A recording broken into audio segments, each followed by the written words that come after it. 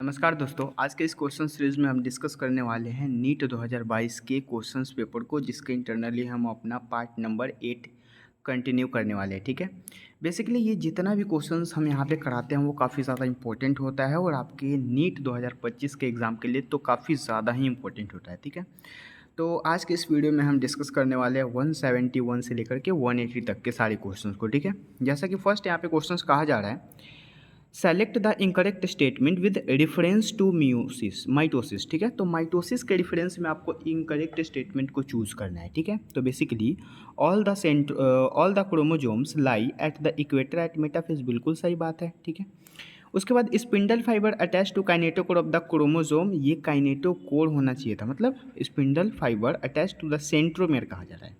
तो हमें तो यहाँ पे डिफरेंस ऑफ द माइटोसिस के डिफरेंस में इनकरेक्ट पूछना था। ठीक है, लेकिन यहाँ पे जो है वो माइटोसिस के डिफरेंस में करेक्ट ऑप्शंस तो नहीं है, इनकरेक्ट स्टेटमेंट है, क्योंकि यहाँ पे सेंट्रोमियर जो होता है, सेंट्रोमियर नहीं हो सकता, यहाँ पे काइनेटोकोर होना चाहिए था। ठीक है, इसीलिए ये स्टेटमेंट इनकरेक्ट हो गया। बाकी क्रोमोसोम्स डिकंडेंस एट अ टेलोफेज, बिल्कुल सही ऑप्शन है। Splitting of the centromere occurs at the anaphase, ये भी बिल्कुल सही ऑप्शन है। तो इनकरेक्ट स्टेटमेंट यहाँ पे 2 हो जाएगा। ठीक है, जो कि नीट 2021 और 23 में पूछा गया है। ठीक है, अगेन फिर आते हैं नेक्स्ट क्वेश्चंस पे। नेक्स्ट क्वेश्चंस यहाँ पे है given below the two statement assertion and reason. Assertion कहा जा रहा है all vertebrate are chordate but और कॉर्डेट आर नॉट वर्टिब्रेट, बिल्कुल सही बात है। जितने भी वर्टिब्रेट होते हैं उसको कॉर्डेटा बोला जाता है, लेकिन जितने भी कॉर्डेट हैं उनको वर्टिब्रेट नहीं बोल सकते। ठीक है, उसके बाद अब आते हैं रीज़न पे। तो notochord is replace by vertebral column, notochord को रिप्लेस किया जाता है वर्टिब्रल कॉलम से इन द एडल्ट वर्टिब्रेट, बिल्कुल ही सही ऑप्शन यहाँ पे कही सारी है। मतलब कि assertion and reason both are correct but reason is correct explanation of it, तो बिल्कुल सही स्टेटमेंट ये कहा गया। आगे आते हैं नेक्स्ट क्वेश्चंस पे, जो कि 173 नंबर क्वेश्चन है यहाँ पे। ठीक है, ये क्वेश्चंस भी अभी हमने जस्ट मतलब कि रिसेंटली ही पार्ट नंबर 7 में कंटिन्यू किया था। पावा पे क्वेश्चन देखा था हमने। Which stage of the following, मतलब in which of the following animals digest track in the additional chamber, like crop हो गया, फिर गिजार्ड हो गया।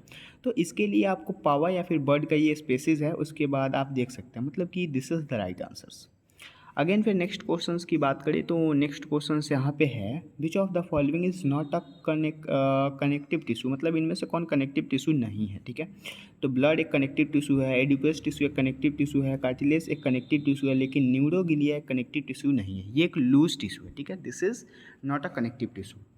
अगेन आते हैं फिर नेक्स्ट क्वेश्चंस पे। Under normal physiological condition in the human being every 100 ml of oxygenated blood अब कहा गया। अगर क्वेश्चंस डीऑक्सीजनेटेड पे भी आ सकता है, ऑक्सीजनेटेड पे, लेकिन यहाँ पे है क्या चीज़, 100 ml of oxygenated blood can deliver, मतलब वो कितना डिलीवर करेगा, deliver dash ml of the O2 to the tissue. ठीक है, टिश्यू को, तो वो 5 ml ऑफ द O2 मतलब कि 100 ml ऑफ ऑक्सीजनेटेड ब्लड है, तो वो लगभग 5 ml O2 क्या करेगा, डिलीवर करेगा टिश्यू को। लेकिन डीऑक्सीजनेटेड ब्लड अगर ऑप्शन में रहता है, यहाँ पे डीऑक्सीजनेटेड रहता तो वो 4 ml ही करता है। ठीक है, ये क्वेश्चंस नीट 2021 में, 22 में और 23 में रिसेंटली रिपीट हुआ है। ठीक है, तो राइट आंसर से यहाँ पे 2 हो जाएगा।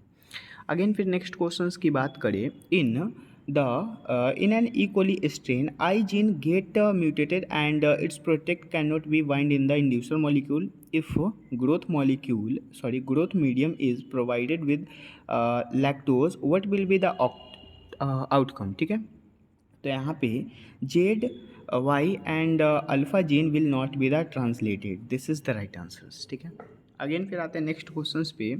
विच of the following is not a functions of the conducting part of the respiratory system. तो यहाँ पे राइट आंसर्स हो जाएगा provide surface for diffusion of O2 and CO2। ठीक है, अगेन फिर नेक्स्ट क्वेश्चंस की बात करें, statement first and statement second. Statement first कहा जा रहा है mycoplasma can pass through less than 1 micrometre filter size, बिल्कुल सही ऑप्शन है। दूसरा स्टेटमेंट है mycoplasma are bacterial with the cell wall in the light above the reactions. तो माइकोप्लाज्मा क्या एक बैक्टीरियल सेल होता है इन द सेल वॉल, तो सेल वॉल माइकोप्लाज्मा में नहीं होता, तो ये स्टेटमेंट गलत है। लेकिन माइकोप्लाज्मा जो होता है वो 1 माइक्रोमीटर से भी छोटा होता है, तो ये बिल्कुल सही है। So first statement is correct but second is incorrect. ठीक है, this is the right answers. Again फिर आते हैं नेक्स्ट क्वेश्चन पे, that is next question is tegmina in cockroach, cockroach में एक टैगमिना नाम का पोर्शन होता है, ठीक है, एराइजेस फ्रॉम, तो किस चीज़ से एराइज होता है? तो वो एराइज होता है मिसोथोरिक्स से, जो कि आपको पता होना चाहिए। काफ़ी ज़्यादा इंपॉर्टेंट ये लाइन है और लगभग ऐसा क्वेश्चन पूछा जाता है। लाइक रिसेंटली नीट 2024 में भी ऐसा टाइप का क्वेश्चन आया हुआ है। अगेन नेक्स्ट और लास्ट क्वेश्चंस अगर हम देखें इस पार्ट का, ठीक है, तो यहाँ पे ये क्वेश्चंस कहा जा रहा है रिगार्डिंग मियोसिस, मियोसिस के regarding which of the statement is incorrect, मतलब कौन सा स्टेटमेंट इनकरेक्ट है, ठीक है। तो there are two stage in meiosis and meiosis first and second, तो क्या इसमें दो स्टेज आते हैं मियोसिस और मियोसिस फर्स्ट सेकंड के? तो ये स्टेटमेंट तो करेक्ट ऑप्शन कही जा रही है। DNA replications occurs in S phase of the mitosis, sorry meiosis second, तो क्या आपको पता है कि ये मियोसिस सेकंड एस फेज जो होता है वो मियोसिस सेकंड में आता है? नहीं, ये इंटरफेज का पार्ट है, इसीलिए ये ऑप्शन गलत हो जाएगा। बाकी डीएनए रेप्लिकेशन एस फेज में होता है लेकिन वो मियोसिस सेकंड का पार्ट नहीं है, इसलिए गलत हुआ है, ठीक है। बाकी यहाँ इंटरफेज रहता तो ये भी स्टेटमेंट करेक्ट होता, ठीक है। बाकी फिर next question, sorry next option है pairing of homologous chromosome and recombinations occurs in the meiosis first, तो ये बिल्कुल सही ऑप्शन है। And 4 haploid cell are formed at the end of meiosis second, तो ये भी स्टेटमेंट बिल्कुल ही करेक्ट कही जा रही है, ठीक है। मतलब कि आप समझ सकते हैं कि यहाँ पे चारों के चारों स्टेटमेंट में से आपका 2 नंबर स्टेटमेंट इनकरेक्ट है, बाकी सारे के सारे करेक्ट ऑप्शंस है, ठीक है। तो सारा का सारा क्वेश्चंस अभी तक हमने डिस्कस कर लिया है, ठीक है। बाकी अगले नेक्स्ट पार्ट में हम लोग 181 से लेकर के 190 तक के पार्ट नंबर 9 में कवर करेंगे। आई होप ये सारे के सारे क्वेश्चंस आपको काफ़ी ज़्यादा कंसेप्चुअली समझ में आए होंगे, बहुत ही ज़्यादा इंपॉर्टेंट क्वेश्चन है।